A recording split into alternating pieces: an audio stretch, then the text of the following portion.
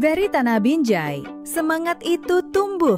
Polres Binjai bersama pemerintah daerah dan masyarakat melaksanakan panen raya jagung serentak kuartal 3. Wakapolres Binjai Kompol Yanto dan pejabat utama Polres Binjai hadir langsung ikut serta memanen hasil kerja bersama.